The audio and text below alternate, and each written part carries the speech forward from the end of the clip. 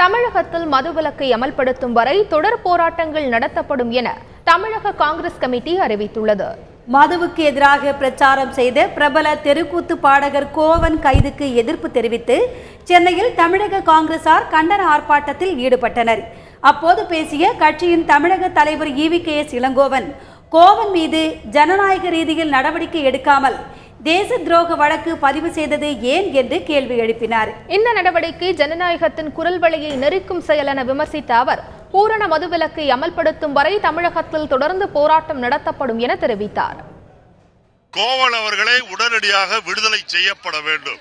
கோவன் அவர்கள் பல விஷயங்களில் எங்களிடையே மாறுபட்டிருந்தாலும் ஜனநாயகத்தில் எல்லா கருத்துக்களையும் சொல்வதற்கு எல்லோரையும் போல கோவனுக்கு உரிமை உண்டு.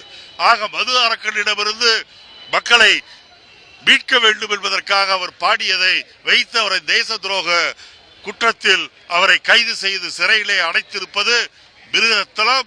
எங்களை பொறுத்தவரையில் மதுவிலக்கு எதிர்ப்பு பிரச்சாரம் என்பதை நாங்கள் தொடர்ந்து செய்து வருவோம்.